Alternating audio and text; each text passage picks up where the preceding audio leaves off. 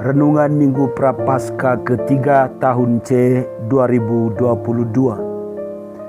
Bacaan pertama dari Keluaran pasal 3 ayat 1 sampai 15 mengisahkan tentang panggilan dan perutusan Musa yang dimulai dengan sebuah perkenalan singkat tentang nama Allah Israel, yakni Aku adalah Aku, Ehye Aser Ehye. Allah Israel memanggil Musa dari kesederhanaannya sebagai seorang gembala kambing dan domba milik mertuanya Yitro di padang gurun. Ceritanya juga sederhana. Allah Israel menampakkan diri dalam bentuk api yang menyala dari dalam semak duri, tetapi tidak membakar semak duri yang ada. Peristiwa itu menyita perhatian Musa, dan ia pun berusaha untuk tahu apa yang sedang terjadi. Ketika sementara mengamati api itu, Allah memanggilnya, "Musa, Musa." Lalu tanpa pikir panjang, Musa menjawab, "Ya Allah." Begitulah panggilan dan jawaban Musa. Jawaban Musa amat tepat karena keyakinannya bahwa itu pasti Allah yang memanggilnya. Allah yang kemudian memperkenalkan diri sebagai Allah leluhur Musa, yakni Abraham, Ishak, dan Yakub. Karena keyakinannya itu, Musa kemudian diutus. Ia mendapat tugas perutusan dari Allah yang sebelumnya telah melihat dan memperhatikan penderitaan orang Israel di Mesir. Karena itu Musa dipanggil Allah dan ia menjawab panggilan itu. Kemudian Allah mengutusnya untuk membebaskan umatnya yang sedang hidup dalam penderitaan. Saudara-saudari, Musa diutus untuk apa? Pertama, untuk memperkenalkan, mewartakan siapa Allah Israel itu. Dan kedua, untuk membebaskan bangsa Israel. Musa diutus untuk memperkenalkan Allah Israel yang bernama Aku adalah Aku, yakni Allah Abraham, Ishak, dan Yakub, dan Allah yang adalah Sang Pembebas. Ia diutus untuk menghadap Firaun dan mengupayakan pembebasan bangsa Israel keluar dari Mesir dan kekejamannya.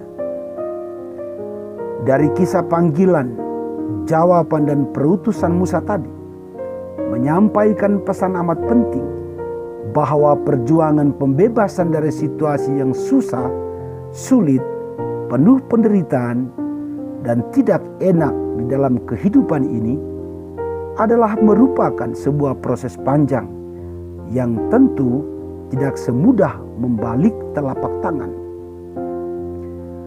Perjuangan pembebasan itu membutuhkan jawaban pasti pada kehendak Allah dan keyakinan bahwa Allah sendiri yang bekerja dengan caranya untuk membebaskan umatnya yang sedang menderita.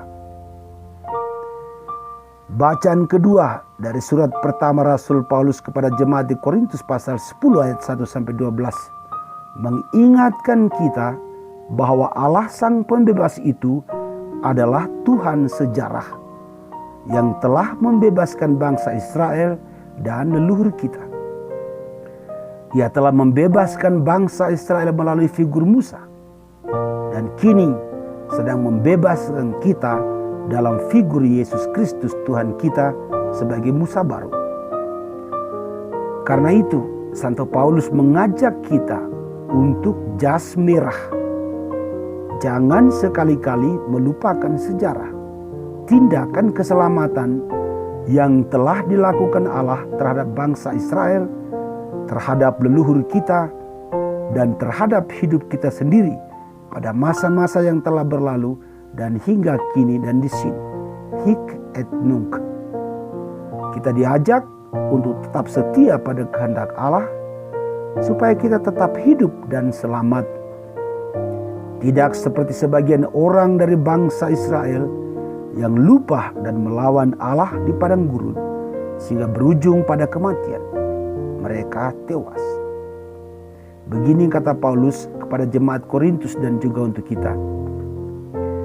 Semuanya ini telah terjadi sebagai contoh bagi kita untuk memperingatkan kita supaya jangan kita menginginkan hal-hal yang jahat seperti yang telah mereka perbuat.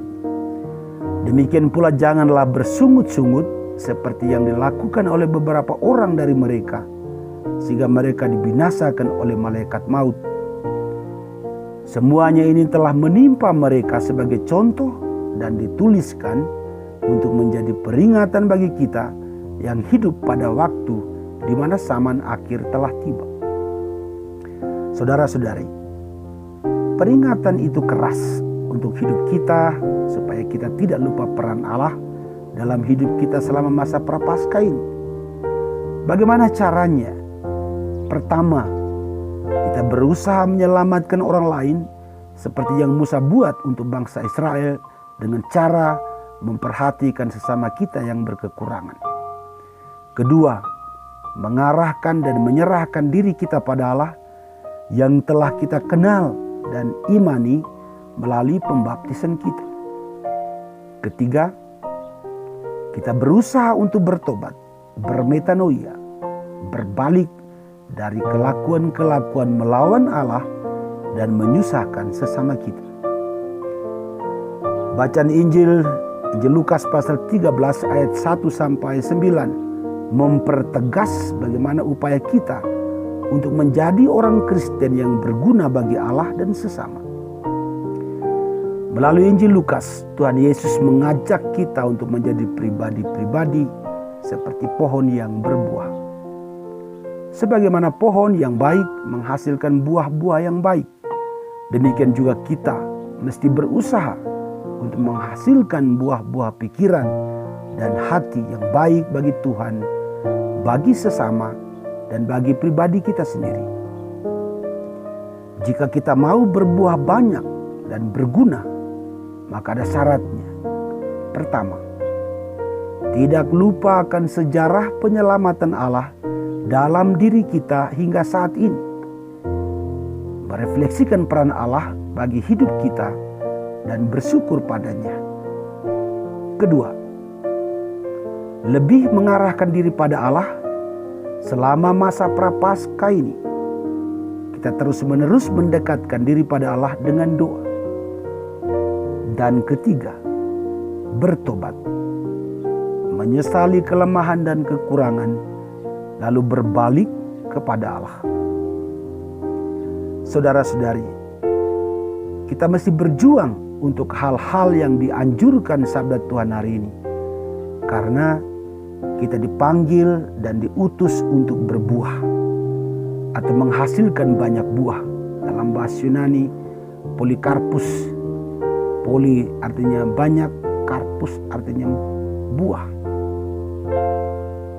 Kita mesti berbuah banyak supaya kita tidak ditebang oleh Allah.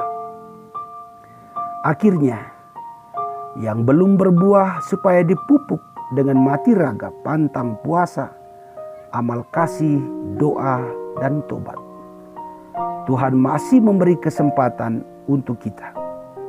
Sebagaimana dikatakan dalam Injil, Tuhan, biarkanlah dia tumbuh tahun ini lagi.